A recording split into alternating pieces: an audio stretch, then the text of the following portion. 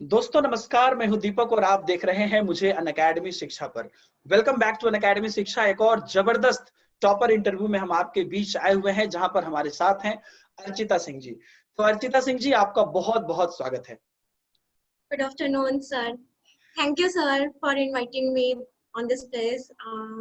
Actually, ये बहुत बड़ा प्लेटफॉर्म है और यहाँ मुझे अपने अनुभवों को आप लोगों के साथ साझा करने का मौका मिल रहा है, तो ये मेरे लिए तो बहुत बड़ी बात है। थैंक यू सो बहुत मच। अच्छी बात है अर्चिता जी, आपने अपना समय निकाला, इतना महत्वपूर्ण समय निकाला। और मुझे पूरा विश्वास है कि ये जो हम अभी डिस्कस करने वाले हैं, आज यानी कि सैटरडे 11 बजे और कल यानी कि संडे 11 बजे, ये 2 दिन जो हमारा डिस्कशन होने वाला है, ये जो भी बच्चे अभी तैयारी कर रहे हैं उनके लिए इंस्पिरेशन होगा।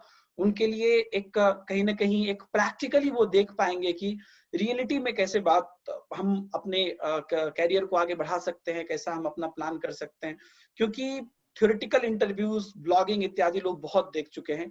हम यहाँ पर जमीनी स्तर पे जानेंगे कि एक्चुअली में क्या अच्छा हुआ, क्या बुरा हुआ, बहुत सारी बातें करेंगे। और दोस्तों मैं आप सब लोगों को बता दूं कि अर्चिता जी के पास सक्सेस की भंडार है। मतलब कोई एक बार इन्होंने सक्सेस नहीं की है। अर्चिता जी प्रयागराज यूपी से बिलोंग करती हैं और इन्होंने अपनी बीटीसी कंप्लीट करने के बाद इन्होंने सबसे पहले यूपीटेट जो है क्लियर किया है 2018 में। उसके बाद इन्होंने सीटेट पेपर 1 क्लियर किया है 2019 के जुलाई वाले एग्जाम में। और उसके बाद दिसंबर 2019 में इन्होंने सीटेट के पेपर 1 फिर से क्वालिफाई किए हैं और सीटेट के पेपर 2 भी क्वालिफाई किए हैं। तो ऑन एन एवरेज इनके 100 मार्क्स तक रहे हैं। तो अर्शिता जी, पहले तो आपको इस लंबी लंबी जो है आपके सक्सेस के लिए बहुत बहुत शुभकामनाएं। Thank you sir. जी, तो thank you so Archita much. जी, तो इतना कुछ सक्सेस, मतलब कहीं ना कहीं ऑब्वियसली नॉर्मली लोग एक बार क्वालिफाई करते हैं। आप जो इतना सक्सेस के बाद फिर से एग्जाम दे रहे हैं, अब दूसरों को जीतने ही नहीं दे रहे हैं, खुद ही एग्जाम दे रहे हैं, तो टीचिंग का इतना बड़ा पैशन कैसे है आपके दिमाग में? सर, टीचिंग का पैशन एक घर का माहौल होता है। एक्चुअली हम जॉइंट फैमिली से बिलोंग करते हैं सर। जी। तो हमारे पिताजी बाबा मेरे इंटर कॉलेज में थे, पिताजी मेरे एसोसिएट प्रोफेसर हैं अच्छा। और मेरे नाना भी प्रोफेसर थे और अच्छा। मेरे बड़े पापा वो भी टीचर थे। तो एक्चुअली मेरी फैमिली में काफी लोग टीचर हैं। तो उससे तो एक माहौल घर में टीचिंग का था ही। जी। उसके बाद जो है मैं बच्चों से बहुत लगाव रखती हूँ सर जी। और जुड़ी हुई हूँ। बच्चे जी। बहुत अटैच होते हैं, तो मुझे अपने अंदर एक क्वालिटी देखी कि मैं अपने इस फील्ड में अपना बेस्ट दे सकती हूँ। जी। इस वजह से मैंने टीचिंग के फील्ड को चूज किया। तो ओके। यहाँ पे मैं इसीलिए इसकी तैयारी भी कर रही हूँ, लगी हुई हूँ। और प्रैक्टिसेस मेरी सर इसलिए रेगुलर रह रही हैं क्योंकि मैं छोड़ना नहीं चाहती इसे, क्योंकि काफी वैकेंसीज भी आती रहती हैं, तो मैं कहीं ना कहीं सेलेक्ट हो जाऊँ, फिर वहां पे तभी जा करके मैं अपने अनुभवों को दूसरों के साथ बांट सकूंगी। जी। यही मेरा है बस सर, बिल्कुल, इसीलिए लगी बिल्कुल, हुई हूँ। बिल्कुल, बहुत बहुत ही बढ़िया बात है। और देखिए, सब कुछ में मोटिव डिपेंड करता है। मुझे लगता है आपका जो मोटिव है टीचिंग में आने का, वो बहुत ही फैंटास्टिक है, बहुत ही अच्छा है। और जब आप एक टीचिंग फैमिली से बिलोंग करते हैं, तो कहीं ना कहीं गुरु प्रणाली जो है, गुरु का जो संस्कार है, वो आपके खानदान में है, आपके हेरिडिटी में है, आपके आनुवांशिकता में है। तो ऑब्वियसली वहां से भी बहुत सारी चीजें हैं। और मैं उम्मीद करता हूँ कि ऐसे ही माता पिता और जो बड़े बुजुर्ग हैं, सबका आशीर्वाद रहे और आप बहुत आगे जाएं, बहुत आगे बढ़ें। और कहीं ना कहीं आपके जो सक्सेस हैं, या जो आप चाहते हैं, या जो आपके जो लाइफ है, इससे हमारे जो स्टूडेंट्स अभी इस वीडियो को देख रहे हैं, उनको भी सफलता मिले, उनको भी फायदा मिले। तो आपने बीटीसी सब क्वालिफाई किया, बीटीसी के 2016 में आपने क्वालिफाई किया। उसके बाद आपने कहा कि यूपीटेट में आपने सबसे पहले एग्जाम दिया। तो जिस टाइम आपने यूपीटेट एग्जाम दिया था 2018 में, तभी आपने सीटेट क्यों नहीं दिया था? तभी नहीं पता था सीटेट के बारे में? सर, मेरे यहाँ एक्चुअली पापा की तबीयत नहीं ठीक थी, तो कंडीशन उनकी काफी खराब थी और अच्छा। इसी वजह से मैं सीटेट नहीं दी थी। एक्चुअली फॉर्म भी फिल किया था, देना भी चाहिए था, लेकिन तैयारी मेरी अच्छी नहीं थी। तो अच्छा। अच्छा। इस वजह से मैंने टेट दिया था और मैं सुपर टेट के लिए आपको पता होगा जैसे कि जी। 1 महीने का टाइम रहता है, तो जी। मैं उसी के लिए, लेकिन बाबा की कंडीशन खराब होने की वजह से मैं नहीं दे पाई थी। अच्छा। अच्छा। और ओके, तो फिर चलिए, उसके मतलब बाद मैंने तैयारी की सीटेट की। तो फिर आपको मतलब पता लेकिन था आपको उस समय में भी कि सीटेट अगर हम करते हैं तो हमारे मतलब एरिया ब्रॉड होता है, काफी अलग अलग जगह पे हम जा सकते हैं। तो ये चीज आपको पता था उस समय में भी, तब जाके आपने यस सर। आगे आगे आपने उस पर काम किया। यस जी। सर। तो एक ऑल ओवर मैं जानना चाहूंगा अर्चिता जी कि सीटेट आपने पहली बार 2019 में जुलाई में की, उससे पहले यूपी टेट था, फिर पेपर 1 पेपर 2 आपने 2019 के दिसंबर में भी की। तो ये जो पूरा आपका पढ़ाई का दरमियान रहा जब आपने इतने अलग अलग समय में अपनी सक्सेस हासिल की, इस समय में आपकी कैसे स्ट्रेटजी थी स्टार्टिंग से? थोड़ा सा अगर आप मुझे डिटेल में बताएंगे कि जब आपने यूपी टेट क्वालिफाई किया उसके लिए क्या स्ट्रेटजी की थी, फिर जब सीटेट नेक्स्ट टाइम जब 2019 में क्वालिफाई किया जुलाई में, और जब दिसंबर में क्वालिफाई किया, तो क्या सब चीजें आपके इर्द गिर्द थी जिससे कि आपने पढ़ा या समझा या फील किया इस एग्जाम को, टीचिंग प्रोफेशन को? थोड़ा सा अगर आप डिटेल में सबको बताना चाहें ताकि सब कनेक्ट कर पाए इससे। Yes sir, of course. Sir सबसे पहले तो जैसे कि आप बीटीसी या बीएड करते हैं तो उसे पढ़ना चाहिए। ये नहीं कि ये आपके लिए बस एक डिग्री ही है। जी उसे सच में उसे मतलब उसे जो टीचिंग होती है वो सबसे ज्यादा आपके लिए हेल्पफुल रहती है आगे चल करके। जी और अगर आप अच्छे से पढ़ाई की हो तो वो टेट और सीटेट दोनों के लिए काफी हेल्पफुल रहती है। और टीचिंग तो सीटेट के लिए सबसे बेस्ट होती है क्योंकि वहाँ पे आप पहले से ही अनुभव कर रहे होते हैं कि बच्चों के साथ आपको कैसे अपना व्यवहार करना है और कैसे व्यवहार रखना है। तो जी इस वजह से। और रही बात टेट की, जैसा टेट फैक्चुअल होता है, जो बेस्ड होता है फैक्ट पे आता है। जी। और रटन पे ज्यादा होता है यूपी टेट टेट। में। Yes sir. हाँ और सही बोल। सीटेट जो होता है व्यवहारिक और अनुभव पे ज्यादा बेस्ड होता है। हाँ हाँ तो इस वजह से जो पेडागोजी पार्ट होता है वो आप अगर अपने आप को उस जगह बच्चों की जगह रख करके और खुद को अध्यापक की जगह रख के देखते हैं तो वो आपके लिए काफी हेल्पफुल रहता है। और बिल्कुल। इस वजह से और प्रैक्टिस सेट जो होती है वो काफी हेल्पफुल रहती है सीटेट के लिए।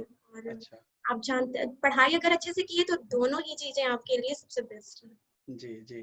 तो ये चलिए पहले जो कि यूपी टेट सबसे पहले आपने दिया, और बड़ा अच्छा बात आपने बोला कि यूपी टेट में थोड़ा सा रटंत विद्या रहता है, मतलब थोड़ा सा डायरेक्ट क्वेश्चन आते हैं जिसमें कि आपको पता होना चाहिए। तो आप रटने में माहिर हैं या नहीं? नहीं सर, मुझे समझना पड़ता है। मैं रटने, जैसे रटने में क्या होता है कि अगर आप एक बार बोल बोल के रट तो लेते हो लेकिन फिर वो भूल भी जाता है बहुत जल्दी। जी जी तो इस वजह से हमारी जो वैज्ञानिक पद्धति है वो ज्यादा कारगर है। आप एक जी बार पढ़ो, लिखो, फिर उसे याद करो, वो बेस्ट होती है। तो ये जी। चीजें जो होती है ये सबसे अच्छी होती है, चाहे टेट हो अच्छा। चाहे किसी भी चीज के लिए। जी जी। अर्चिता जी, मेरे साथ क्या होता था, मुझे एक वाकया याद आ गया। जब हम मतलब स्कूल में जाते थे तो डेली कुछ ना कुछ दिया जाता था होमवर्क रटने के लिए। तो अभी जैसे कुछ कुछ रट रहे हैं, बता रहे हैं। कभी अगर जैसे कि ट्यूसडे वाली, जो ट्यूसडे को होमवर्क मिला वेंसडे को मिला थर्सडे को, लेकिन इस बीच में अगर संडे आ जाता था, जैसे कि सैटरडे को कुछ मिला और संडे को सपोज पापा मुझे किसी शादी में लेके चले गए, कहीं और लेके चले गए, तो जो थोड़ा मेरा दिमाग इधर उधर हो जाता था, तो फिर मंडे को मुझे याद ही नहीं रहता था। फिर मैं हर मंडे पक्का मुझे जो है स्कूल में 2-3 घंटे धूप में खड़ा रहना पड़ता था। तो कहने का मतलब ये है कि रटी हुई चीज आप तत्कालिक समय के लिए रख सकते हैं, बहुत लोग होते हैं माहिर, लेकिन तत्कालिक हम्म। आप रख सकते हैं, लॉन्ग टर्म में फिर वो आपको प्रॉब्लम हो जाती है, मतलब उतना आप नहीं याद रख पाते हैं। तो फिर कैसे उसको तैयार करें, मतलब आपने कैसे उन चीजों को अपने संग्रह में रखा ताकि एग्जाम क्वालिफाई हो सके? सर किसी भी चीजों को होता है तो उसको अगर आप समझने की कोशिश करते हैं तो वो आपके लिए ज्यादा बेटर होता है। वो एक तो पहली बात याद तो होती ही जाती है, जी दूसरा वो आपके व्यवहार में दिखती है। कोई भी चीज हो, स्पेशली शिक्षण से संबंधित जितनी भी चीजें हैं, पेडागोजी पार्टी आप देख लीजिए, वो जब तक आप अनुभव नहीं करेंगे ना और जब तक आप देखेंगे नहीं, व्यवहारिक रूप से समझेंगे नहीं, क्योंकि बच्चे तो आजकल के सॉरी सभी घर में होते हैं। जी तो बच्चों के साथ अगर आपके अनुभव रहे हैं, आप उनके साथ टाइम स्पेंड किए, तो कुछ अनुभव तो आपको ऐसे ही मिल जाते हैं। जी और रही बात पढ़ाई की, स्टडी टाइम पे अगर आपने अच्छे से पढ़ाई की हुई है और रटा नहीं, उसको हाँ। पढ़ा हुआ है, समझ करके पढ़ा हुआ है, तो वो आपको रहेगा, याद रहेगा। लेकिन फिर भी अर्चिता जी, जैसे कि मान लीजिए कि अभी कोई इसवी याद करना है, तो उसको कुछ तो करना पड़ेगा ना उपाय। अब मान लीजिए ये स्टेटमेंट किसने दिया, सॉरी सर, क्या याद करना है?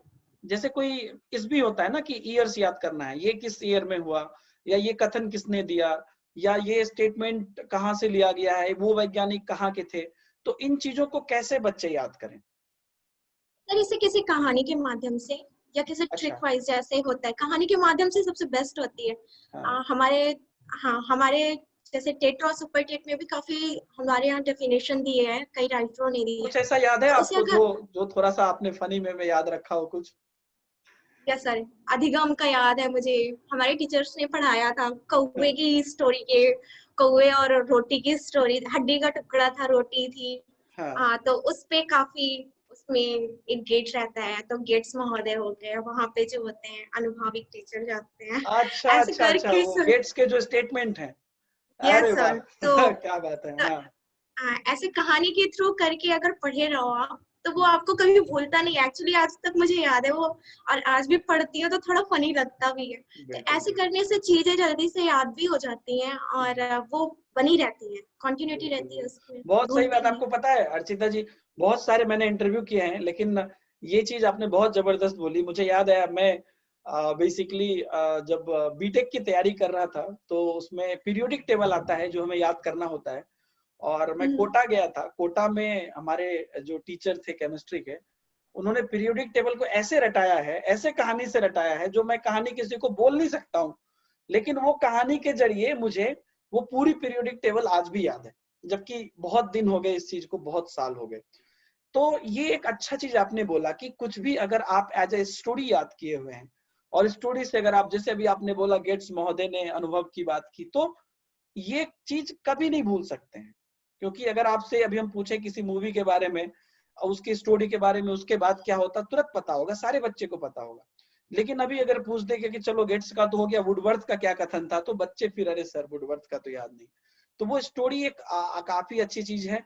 डबल कोट करिएगा सारे बच्चे जो भी लोग इस वीडियो को देख रहे हैं, कि कभी भी अगर आपको कोई चीज याद करना हो, इनफैक्ट यूपी टेट में ही क्यों, आप सीटेट में भी देखेंगे तो कुछ ना क्वेश्चन, कुछ क्वेश्चन तो आपको याद करने वाले आ ही जाते हैं, और आपको पता यस यस। होना ही चाहिए।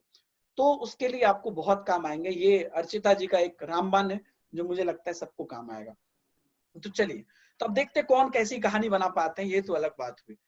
लेकिन ये तो यूपी टेट में याद करने वाली चीजें हुई, लेकिन सीटेट में जब आपने तैयारी की, और सीटेट तो ऑब्वियसली अलग है, जैसे कि लेवल, जैसे मैथमेटिक्स यूपी टेट में थोड़ा सा कॉम्प्लेक्स आता है, हार्ड आता है, सीटेट में थोड़ा ठीक आता है।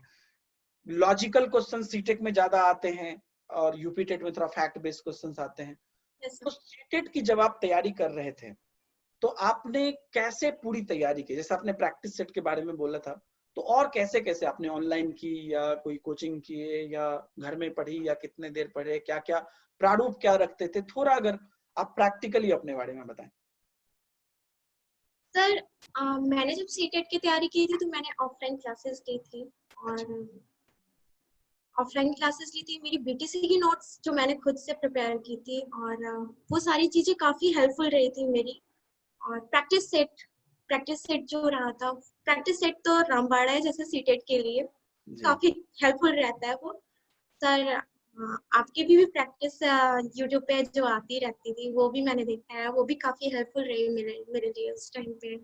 अच्छा। और सर सीटेट में होता क्या है कि क्वेश्चन को काफी घुमा फिरा के पूछते हैं। हम्म, मैथ की बात कर लेते हैं, मैथ में देखिए क्वेश्चंस ज्यादा टफ नहीं होते हैं, लेकिन वो इतना घुमा फिरा के करते हैं ना, उलझा सा देता है। हम्म, तो हमें प्रैक्टिस में अपनी ये नोटिस करना चाहिए कि वो कहना क्या चाहता है, समझना चाहिए क्वेश्चन को कि हम्म, पूछा क्या है। जी। अगर आप उलझते जाएंगे तो वो उलझाता ही रहता है, हर क्वेश्चन में ही उलझाता रहता है। तो इस वजह से आपको अपनी समझ को थोड़ा, प्रैक्टिस के माध्यम से हमारी समझ काफी विकसित हो जाती है सर। करते करते वो ये हो जाता है कि क्वेश्चन पूछ क्या रहे हैं। जी। प्रैक्टिस से हमें ये काफी हेल्पफुल होता है, इसी वजह से हेल्पफुल रहती है प्रैक्टिस। और जी। हमारे अनुभव जो है सर टीचिंग के टाइम पे जो होते हैं, वो काफी हेल्प करते हैं, क्योंकि शिक्षण से संबंधित काफी क्वेश्चन सीटेट में आते हैं। तो आते हैं। वहां पे जाकर के ये मेरे लिए, हमारे लिए तो काफी, हमारे क्या, हम सभी के लिए जो भी सीटेट की तैयारी कर रहे हैं उन जी। सभी के लिए काफी हेल्पफुल रहता है। जी। तो देखिए, आपने बीटीसी के नोट्स की बात की, इसका मतलब आप ये कह रहे हैं कि बीटीसी जो आपने किया है, उसका भी योगदान है आपके यूपी टेट या सीटेट क्वालिफाई करने या सर बिल्कुल, क्योंकि सर अगर हम मैंने ये पहले भी बताया था कि आप पीटीसी या बीएड करते हैं तो इसे सिर्फ एक डिग्री समझ करके नहीं करना चाहिए। जी ये आप कर रहे हो जी तो टीचिंग के पर्पज से ही कर रहे हो, तो ये आपके आगे जाकर के आपके अनुभव मतलब व्यवहारिक तौर पर जैसे आप बच्चों के साथ रहती है काफी हेल्प करता है आपके लिए। जी हर जी जगह जाकर के ये चाहे वो एग्जाम हो या फिर खुद हम्म, आप जब टीचर बनते हो, ये दोनों जगह आपके लिए काफी हेल्प करता है। मदद करता है बिल्कुल। तो मतलब वहां से आपके सब्जेक्ट जो है वो सब्जेक्ट के जो टॉपिक है वो तो है ही, लेकिन वो जो हम्म, एक्सपीरियंस आपने किया है उस समय में, और उसमें आपके आई थिंक कुछ टीचिंग करने के भी कुछ होते हैं, असाइनमेंट वगैरह होते हैं, हम्म, या हम्म, कुछ हम्म, आपको हम्म। रियल लाइफ टीचिंग करना होता है, तो वो सब भी आपको एक एक्सपीरियंस एज ए टीचर मिलता है, या आपको पता चलता है कि एक टीचर को क्या करना चाहिए। तो हम्म, ये चीज वहां से आपने लिया। यही से जुड़ा हुआ एक और क्वेश्चन है मेरा, कि अभी अगर हम देखें तो टीचिंग में बहुत ज्यादा भीड़ लगी हुई है, लाखों लोग हैं टीचिंग की तैयारी कर रहे हैं, और लोगों के दिमाग में ये रिसेंटली मैं ये सबसे इस बारे में बात करता हूँ, सबको अरे कुछ नहीं है तो बीएड करा दो, बीटीसी करा दो, सीटेट करा दो, और चलो कुछ ना कुछ तो हो ही जाएगा। टीचिंग अगर करना है तो टीचिंग प्रोफेशन में और बाकी प्रोफेशन में आपको क्या डिफरेंस लगता है? टीचिंग प्रोफेशन को किस तरह से आप लेते हैं अपने लाइफ में? सर टीचिंग प्रोफेशन, सर हम्म, सबसे पहली बड़ी बात तो ये है कि टीचर जो होता है वो ये ये लाइन तो सर सुनी होगी ना कि शिक्षक ही जो है वो राष्ट्र निर्माता होता है शिक्षक। बिल्कुल बिल्कुल। क्योंकि वही भावी शिक्षकों को तैयार भी करता है, और जो भी कोई भी हो चाहे किसी भी प्रोफेशन में जाओ उसका बेस जो होता है वो एक टीचर से होकर के ही जाता है। जी तो आप कम से कम अपने पैसे से जो शिक्षण पेशा है आपका उसमें आप एकदम ईमानदार रहिए। हम्म, क्योंकि आप अगर बच्चों को अच्छे से पढ़ाते हैं, उन्हें अच्छे से सारे चीजें सिखाते हैं तो वो आगे जाकर के काफी उनके लिए हेल्पफुल रहती है। वो हर चीज में आ, जैसे कह सकते हैं ना कि व्यावहारिक तौर पे वो भी उनका भी आचरण वही होगा जो एक टीचर का होता बिल्कुल है। बिल्कुल वो और फॉलो करते हैं, रही बात, अनुकरण करते हैं आपको हाँ, बिल्कुल। यस सर यही कहना चाह रही। और रही बात अलग पेशे से, तो वाकई सर ये अलग पेशा है क्योंकि यहाँ पे जिम्मेदारियां ज्यादा होती हैं एक हम्म, टीचर के तौर पे भी। क्योंकि एक टीचर जो होता है वो बच्चों को अपने बच्चों की तरह, जैसे कि वहाँ पे उनकी जिम्मेदारियां ये होती है कि अगर मैं इन्हें गलत तरीके से पढ़ाता हूँ तो ये आगे जाकर के वही काम करते हैं, बिल्कुल। जो सीखेंगे वही करेंगे। तो ये चीजें मैटर करती हैं, बहुत बड़ी बातें होती हैं ये सारी जी, चीजें। तो इस यहाँ पे तो आपको एकदम ऑनेस्ट रहना चाहिए। हमको एज अ टीचर सबसे पहले टीचर जैसा बिहेव करना है, टीचर जैसा सोचना है। बहुत। और इतने लोग अभी जो टीचर बन रहे हैं, सबसे पहले तो टीचर वाली सोच आप अपने अंदर लेके आइए कि आप एक टीचर बिल्कुल बनना सर। चाहते हैं। और उसके बाद, क्योंकि बहुत सही बात आपने अर्चिता जी कही, मुझे पता नहीं कितने लोग इससे कनेक्ट कर पाएंगे, लेकिन बहुत सही बात आपने कही कि एक मतलब देखिए, सब्जेक्ट की नॉलेज तो मोटा मोटी आपने 10th किया है, 12th किया है, बीटीसी किया है, तो मोटा मोटी जो आपका जो नॉलेज है, बेसिक नॉलेज तो है ही आपके पास। लेकिन नॉलेज से ज्यादा जो आप एक्सप्रेस करते हैं, या जो आपका अपना एटीट्यूड है, आपका अपना जो व्यवहार है, वो डायरेक्ट बच्चों तक पहुंचता है। राइट। और वो बच्चे के लिए टीचर, मुझे याद है मैं आज 2005 में मैं एक स्टूडेंट को पढ़ाया था। वो संजोगवश 2 साल के अंदर वो क्या कहते हैं, बैंक में उसकी नौकरी लग गई थी। उसके बाद मैं अपने घर गया था, होम टाउन गया था। मैं ऐसे, हम लोग जाते हैं बैग लेके हाट में, हटिया में सामान लेने के लिए। तो मैं सामान लेके, मैं ऐसे ही वो बैग पकड़ के, झोला पकड़ के मैं वापस आ रहा था। वो कार से जा रहा था, तो हमारा बगल में ही था, तो हम वॉकिंग में ही गए थे। वो कार से जा रहा था, वो कार साइड करके रोका, दौड़ते हुए वहां से आया, और वो ऐसा करके झोला, मतलब मेरे से थोड़ा ही छोटा था, वो बोलता है कि भैया, मतलब वहां पे आप मतलब यहाँ पे आए हैं घर पे, बताए नहीं भैया। तो फिर मतलब वो मेरे हाथ से झोला लिया, और उसके बाद वो हमको गाड़ी में बिठाया, बोले अरे बगल में है, हम तो घूमने ही आए हैं। तो उसके बाद वो जो एक सम्मान मिला ना, मुझे लगता है कि वो यस सम्मान कोई पैसा या कोई भी चीज आपको पूरा नहीं कर सकता है। तो वो चीज बिल्कुल मुझे सर। आज भी याद है। सोचिए 2005, 15 साल हो गए उस बात को, आज भी मुझे वो चीज याद है कि उस समय में वो जो, मुझे हो सकता है वो भी इस वीडियो को देख रहा होगा, आज वो बहुत बड़े पोस्ट पे है, लेकिन वो ही हमने कमाया है। और अगर आपका खुद का व्यवहार वैसा अनुकरणीय नहीं है या आप खुद ऑनेस्टी के साथ नहीं सोचते हैं तो आप एक टीचर नहीं बन सकते हैं। ये बहुत सही बात आपने बिल्कुल कही। और ये जो भी बातें हम कर रहे हैं तो हम थोड़ा सा इसमें पेडागोजी का टच देना चाहते हैं, जो हल्का सा आपने बीच में बोली भी थी, क्योंकि जो भी बातें हम कर रहे हैं ये सारे आपके प्रश्नों को भी बनाते हैं। मतलब बहुत सारे बिल्कुल। आपके प्रश्न हैं जिसमें आपके इसी डिस्कशन से करेक्ट आंसर निकल कर आते हैं कि आपको एज ए टीचर क्या करना चाहिए, आप बच्चे को कैसे समझना चाहिए। तो कैसे, अगर हम पूरी पेडागोजी की बात करते हैं तो पेडागोजी को हम कैसे पूरा तैयार कर सकते हैं, और उसके लिए कितना रटना जरूरी है, कितना पढ़ना जरूरी है, कितनी किताब जरूरी है, कितना एक्सपीरियंस जरूरी है, कितना ऑब्जर्वेशन जरूरी है, सबके बारे में थोड़ा सा आप मुझे बताएंगे। सर पेडागोजी के लिए मैं 50-50 कहती हूँ। ओके। अनुभव, क्योंकि आप अनुभव और व्यवहारिक तौर पे जो आप सीखते हैं वो तो 50% है ही। 50% जो सब्जेक्टिव आपका होता है जी उसको सीरियसली पढ़ना चाहिए, समझ के पढ़ना चाहिए, समझ बेस्ड होता है, क्योंकि पेडागोजी पार्ट जो होता है वो सीरियसली समझ बेस्ड होता है। तो किसी भी पार्ट को, जैसे कि चाइल्ड डेवलपमेंट, बाल विकास में है हमारा, उसमें शिक्षण, अभी शिक्षण से संबंधित जितने भी क्वेश्चंस आते हैं आप देखेंगे सर, वहाँ पे कोई भी क्वेश्चन सीटेट में आते हैं वो घुमा फिरा के पूछता है, डायरेक्ट तो कुछ पूछता नहीं है उसमें। जी जी उसमें जैसे आपसे पूछ लिया कि एक शिक्षक के तौर पे आप बच्चों में रुचि कैसे प्रकट करेंगे और उन्हें उनके साथ कैसा व्यवहार करेंगे, जी और तो ये सारी चीजें हैं। तो ये सर आधे कुछ जैसे 50% मैंने बताई, तो अनुभविक तौर पे आप एक बच्चे के, छोटे बच्चे के साथ कैसे व्यवहार करते हैं ये आपको पता होना चाहिए। और यही हमारे आंसर भी होते हैं, जी क्योंकि सीटेट में जो होते हैं आंसर काफी पास होते हैं। जी लगता ऑप्शन ऑप्शन तो चारों के चारों एक जैसे लगेंगे, लगते मगर हैं। जो सबसे बेस्ट होता है वो जी आपको सेलेक्ट करना होता है। जी तो हम आकर के सर 2 ऑप्शन पे टिक जाते हैं। सीटेट क्लियर करने में भी सर ऑप्शन जो होते हैं उसमें आपको सबसे पहले देखना ये भी चाहिए कि आपके कौन से आंसर जो है वो काफी पास है। जी तो जो आपके पास नहीं है पहले उन्हें तो क्रॉस करके हटा ही देना चाहिए। लास्ट में जी 2 ऑप्शन बचते हैं आपके, जी तो उनमें से जो बेस्ट होता है वो सेलेक्टिव होते हैं। जी और प्रैक्टिस इसके लिए सर बहुत ही ज्यादा जरूरी है कि जी आप प्रैक्टिस करते रहें, जो भी पढ़े उसकी प्रैक्टिस करते रहें, कंटिन्यूटी रहेगी तो ये काफी हेल्पफुल रहती है हमारे लिए, काफी हेल्प बिल्कुल करती है।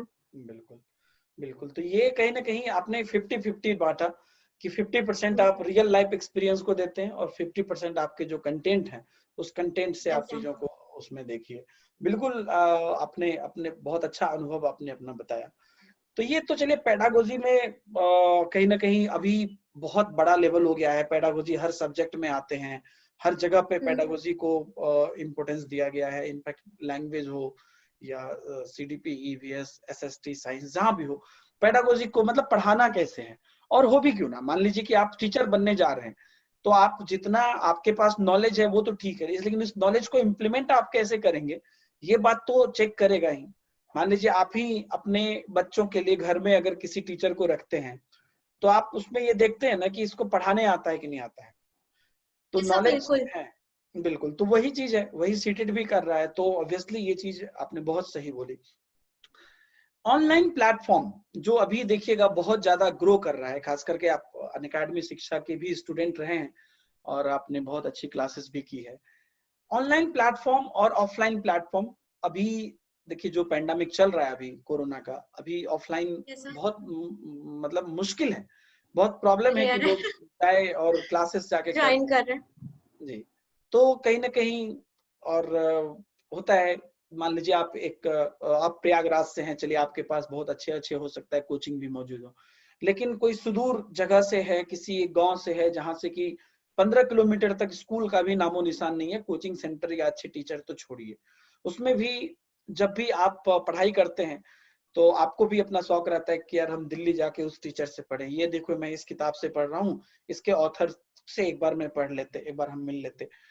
तो ऑनलाइन में एक चीज अब आपके साथ ये हो गया है कि आप जिस टीचर की बुक पढ़ रहे हैं मे भी आपको उसी टीचर से आप पढ़ाई भी कर सकते हैं, या जिस टीचर का आपने नाम सुना है उस टीचर से आप पढ़ाई कर सकते हैं। ये अपॉर्चुनिटी आपको मिल सकती है, जिस पर कि आप देख रहे हैं अनअकैडमी काम कर रही है, लगभग टॉप एडुकेटर जो हर कैटेगरी में है वहां पर वो अनअकैडमी पे पढ़ा भी रहे हैं, बहुत अच्छा भी पढ़ा रहे हैं। और तो आपका क्या ख्याल है अभी के बच्चे, क्योंकि आपने मान लीजिए कि 2016 से अभी तक की अगर जर्नी की बात करें, अगर आप ऑब्जर्व करेंगे लास्ट के 4 साल में बहुत कुछ बदल गया है। जब आप 2016 में थे तभी जियो आया ही था या नहीं आया था, मतलब तभी शायद शुरुआत भी नहीं हुआ था। अभी जियो आ गया, अभी हर आदमी के हाथ में मोबाइल है, हर आदमी के पास यूट्यूब है। अब पढ़े नहीं पढ़े अलग बात है, बहुत लोग नए सॉन्ग रिलीज होने का वेट करता है, बहुत लोग नए वीडियो, पढ़ाई वाले वीडियो रिलीज होने का वेट करता है। लेकिन अभी सबके पास ऑप्शन है, पहले नहीं था। पहले मुझे याद है कि फोन भी करते थे तो देखते थे 59 सेकंड हुआ काट देते थे, कि 1 मिनट से ज्यादा हुआ तो 2 मिनट का बिल उठ जाएगा। और नेट भी लोग बहुत हिसाब से चलाते थे। तो पूरी पूरी अगर हम यहाँ पे देखते हैं अभी के समय में जब ये ऑप्शन है, तो आप क्या ऑब्जर्व करते हैं? बच्चे को ऑनलाइन का बेनिफिट उठाना चाहिए, या उठाना चाहिए तो कैसे उठाना चाहिए? क्योंकि कहते हैं ना कि जो अभी जैसे कहते हैं परमाणु बम अगर अच्छा है तो बुरा भी है, तो ऑनलाइन जो यूट्यूब है या जो भी पढ़ाई है ऑनलाइन देखना, ये अच्छा है तो बुरा भी है, हर बहुत तरह से बुरा है। तो आप कैसे, आपका ऑब्जर्वेशन क्या है ऑनलाइन स्टडी में? सर जैसे ये भी मैं अपने अनुभव के आधार पे ही बताना चाहूंगी सर। मैंने ऑफलाइन भी की है और ऑनलाइन कुछ टाइम के लिए किया था। जी। सर ऑफलाइन मैंने की थी जब तो सर मैं मेरे पास टाइम नहीं हो पा रहा था। 1.5 घंटे उस टाइम पे प्रयागराज में रोड बन रही थी कुंभ टाइम पे। जी। तो उस टाइम पे काफी दिक्कत होती थी। संगम, वो सावन का महीना था जब मैंने हाँ। स्टेट की तैयारी की थी। हाँ। तो मुझे काफी दिक्कत होती थी वहां पे। मुझे 1.5 घंटे रस में एकदम उलझना पड़ता था। काफी वहां पे जाम हो जाते थे, तो वहां पे मुझे बहुत दिक्कत होती थी। आने जाने में मेरे कम से कम 4 घंटे वेस्ट होते ही थे, डेली होते थे। तो ऑफलाइन तो अच्छी होती है अगर आपके पास है, ऑफलाइन आपके घर के पास है ऑफलाइन, तो वो तो अच्छी बात है। लेकिन अगर आपके घर के पास ऑफलाइन क्लासेस नहीं है तो वहां पे आपके लिए ऑनलाइन बेस्ट होती है। तो और बेस्ट चूज करने की बात है तो वो बेस्ट आपके काफी क्लासेस, जैसे कि आप लोगों की प्रैक्टिस क्लासेस भी आती हैं, काफी क्लासेस आती हैं। आप डेमो क्लासेस आती हैं, आप डेमो क्लासेस पहले ज्वाइन कर सकते हैं। देखेंगे आपका टीचर जो है वो कैसे पढ़ा रहा है, क्योंकि कोई भी पढ़ता है तो पढ़ने से उसे ये अनुभव हो जाता है कि कौन सा टीचर कैसे पढ़ा रहा है। और उनके जो मेथड्स होते हैं और उनकी जो वो होती है, नोट्स वगैरह होती है, वो कैसी है, उससे भी उसका भी एक वो भी एक बेस्ड करता है सिलेक्शन में। और साथ में आपके जो साथी होते हैं, मतलब जो आपके साथ तैयारी कर रहे हैं, उनके अनुभव जो पहले से तैयारी कर चुके हैं, उनसे भी आप पूरी राय ले सकते हैं कि ऑनलाइन में कौन सी बेस्ट है या ऑफलाइन में कौन सी बेस्ट है। तो उसके आधार पे भी आप सिलेक्शन अपने कोचिंग का कर सकते हैं। ये तो बहुत ही टीचर का ज्यादा जी। रहता है। और टीचर भी होता है, टीचर जो होता है सर, अनअकैडमी की बात हुई तो अनअकैडमी में जैसे क्लासेस होती हैं, वहां पे भी टीचर के क्लासेस, डेमो क्लासेस आते हैं और स्पेशल क्लासेस आते हैं आप लोगों के। जी।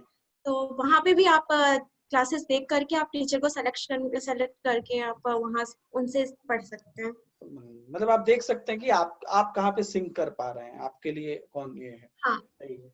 लेकिन एक चीज मैंने गौर किया है, जो बच्चे भी नए नए यूट्यूब पे आ रहे हैं पढ़ने के लिए खास करके, और कई बार वो उतना मेच्योर नहीं होते हैं, वो अभी हंसने हंसने खेलने वाला उम्र है। वो बच्चे आते हैं यूट्यूब पे, आते हैं, देखते हैं, बहुत तरह के वीडियोस है। अभी आप सीडीपी पे किसी एक सब्जेक्ट पे सर्च करेंगे तो कम से कम लाखों वीडियोस आपको मिलेंगे, लाखों, मतलब कम नहीं ज्यादा ही मिलेंगे। तो इसमें से कभी कभी बच्चे ये भी हो जाते हैं, वीडियोस को देख के, वीडियो के थंबनेल को देख के, या उसमें जो आकर्षण है, उसमें जो बताया जाता है कि अरे आप ये कर लो बस ये हो जाएगा, मैं बता रहा हूँ बस यही क्वेश्चन आएगा, या बस मतलब कुछ इस तरह के लुभावने चीज दिए जाते हैं। कंटेंट नहीं भी होता है शायद, कई बार अच्छी पढ़ाई नहीं होती, क्योंकि अभी के समय में जो, अगर आप खास करके लॉकडाउन में तो और बढ़ गया है, हर दिन 50 यूट्यूब चैनल खुलते रहते हैं, और सबों को लग रहा है कि यूट्यूब चैनल तो फ्री में होता है। और मतलब मैं सबकी बात नहीं कर रहा हूँ, लेकिन इसमें हर तरह की चीजें हैं। तो कुछ बच्चे मुझे 2 साल बाद मिले तैयारी करने के बाद कि सर हमारा तो 2 साल बर्बाद हो गया। हमने क्यों?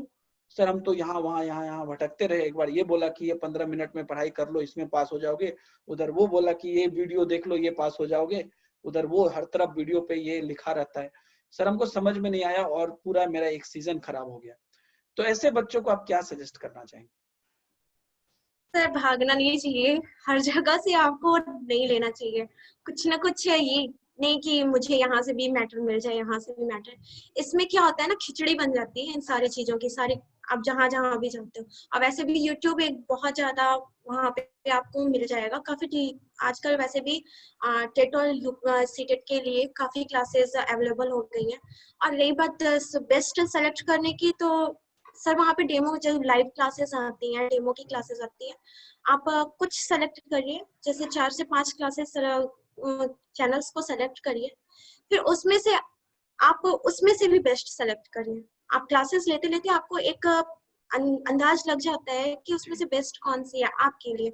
जी तो आप सेलेक्ट करिए, बाकी सारी क्लासेस को आपको सेलेक्ट करने की जरूरत नहीं है। और रही बात सिर्फ यूट्यूब की, यूट्यूब के भरोसे रहने की नहीं है, वो आप अपने सेल्फ स्टडी लेते रहिए। आपके पास जो स्टडी के लिए जो जो मतलब जैसे बुक्स हैं और प्रैक्टिस सेट्स हैं, वो सारी चीजें आप उसमें कंटिन्यूटी रखे रहिए।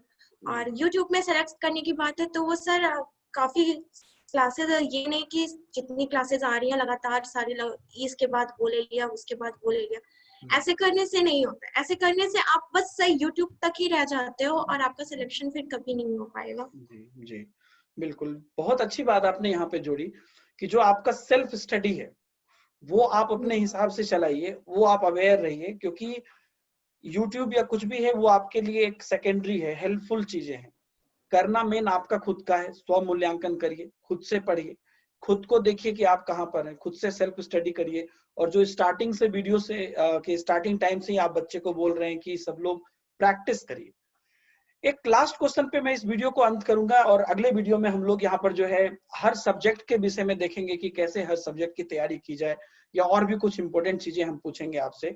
लेकिन यहाँ पर हम आपसे लास्ट क्वेश्चन यहाँ पर हम करने वाले हैं कि ये जो इतनी जो चीजें हैं, इसमें प्रीवियस ईयर जो क्वेश्चंस होते हैं या जो प्रीवियस ईयर एग्जाम्स होते हैं, आपके लिए वो कितना हेल्पफुल रहा? प्रीवियस ईयर के क्वेश्चंस, प्रैक्टिस सेट तो चलिए कोई भी प्रैक्टिस सेट आप कर सकते हैं, लेकिन उसमें स्पेसिफिक मैं अगर प्रीवियस ईयर की बात करूं, पीवाईक्यूज की बात करूं, तो वो कितना हेल्पफुल रहता है लास्ट 5 साल का या 10 साल का जो भी अवेलेबल हो?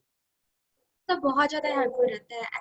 एक्चुअली प्रीवियस ईयर के पेपर जो होते हैं, वो एक तरीका बता देते हैं कि हमारे पेपर जो होते हैं वो हमें क्वेश्चन कैसे गेन करने हैं, कितने टाइम में गेन करने हैं, जी और मुझे हर क्वेश्चन को कितना टाइम देना है, और किस टाइप के क्वेश्चन पूछे जा चुके हैं, और आने वाले संभावित क्वेश्चन क्या हो सकते हैं। ये सारे आइडियाज आपको प्रीवियस ईयर के पेपर से मिल जाते हैं काफी। जब आप उसे करने लगते हो, कम से कम आपको 10 साल के पिछले सॉरी अगले अगले सॉरी पिछले 10 साल के हाँ, पेपर आपको सॉल्व करने ही करने चाहिए। जी वो जी काफी हेल्पफुल रहता है आपके लिए। जी और करीब से करीब 3 से 4 बार तो उसे पक्का सॉल्व करना चाहिए, क्योंकि आप जितना उसे सॉल्व करते हो उतने अच्छे आइडियाज आपको मिलते जाते हैं। जी, बिल्कुल बिल्कुल। तो ये मतलब आपको एक कॉन्फिडेंस भी देता है कि चलिए हम रियल लाइफ बहुत क्वेश्चन बना रहे हैं, ये क्वेश्चन एग्जाम में आया था, और वो देख के एक अजीब टाइप का फीलिंग आता है कि चलो अब ये हम बना रहे हैं तो अगली बार भी बना ही लेंगे। वो भी बहुत इंपॉर्टेंट करता है। तो यही कॉन्फिडेंस से हम अगले वीडियो की शुरुआत करेंगे, एग्जाम पढ़ने के टाइम और एग्जाम हॉल में कॉन्फिडेंस। फिर और भी बहुत सारी बातें करेंगे, टॉपिक वाइज बातें करेंगे। बहुत अच्छी बातें करते हैं आप अर्चिता सिंह जी, और बहुत अच्छी थैंक यू अच्छी सो मच बातें सर। आपने बताई है बच्चों को, और इतने सहज तरीके से आपने बताई है, और इतनी अच्छी अच्छी बातें बताई है मुस्कुराते हुए, कि मतलब अगर कोई बच्चे इस चीज को समझे, इस चीज को गौर करे, तो उन्हें भी ये लगना चाहिए कि ये बहुत प्रेशर की चीज नहीं है कि हम बहुत प्रेशर लेके काम करें, बहुत टेंशन में काम करें। बहुत स्वीटनेस के साथ, बहुत स्मूथली और बहुत अच्छा प्लान करके हम बिना हड़बड़ाए, बिना प्रेशर लिए, बिना टेंशन में आए, हम अपनी पढ़ाई को कर सकते हैं, और आपकी तरह मल्टीपल टाइम्स, हैट्रिक से भी ज्यादा हम एग्जाम को क्वालिफाई कर सकते हैं। तो अर्जिता सिंह जी, इस वीडियो के लिए हम यहीं पे बने रहेंगे, यहीं पे रोकेंगे, लेकिन अगले वीडियो में भी आप हमारे साथ बनी रहेंगी। इस वीडियो के लिए आपको बहुत बहुत धन्यवाद, आपने अपना बहुमूल्य समय दिया और इतनी अच्छी अच्छी बातें हमारे साथ की। Thank you so much sir. जी तो एक्चुअली जी आप प्लीज। आप लोगों का खुद ही सहयोग है इतना, तो इस वजह से हम यहाँ पे इस प्लेटफॉर्म पे आकर के अपना अनुभव साझा कर पा रहे हैं। बस इससे बड़ी बात कुछ ये नहीं है। ये ये तो चलिए आपका बड़प्पन है, और आप इतना कुछ शेयर कर रहे हैं बच्चों के साथ, और हमारा भी यही इंटेंशन है, क्योंकि हम लोग तो पढ़ाते हैं अर्चिता जी, लेकिन आपने पढ़ा है, एक्सपीरियंस किया है, और अनसक्सेसफुल से सक्सेसफुल की तरफ बढ़े हैं, तो वो चीज अगर बच्चों के पास पहुंचती है तो बच्चे ज्यादा कनेक्ट कर पाते हैं, दोस्तों की बात ज्यादा समझते हैं। तो इसी सब पे हम शुरुआत करेंगे अपनी अगली वीडियो। और दोस्तों, जो भी लोग इस वीडियो को देखे हैं, इसका पार्ट 2 देखना मत भूलिएगा। कल यानी कि संडे दिन के 11 बजे इसका पार्ट 2 आने वाला है। तब तक के लिए दीजिए मुझे अपने दोस्त दीपक को इजाजत। अपने माता पिता का सम्मान करें, बड़े बुजुर्गों का ख्याल रखें, सबों के साथ प्यार बांटे। मिलते रहे वीडियो में। बाय, जय हिंद।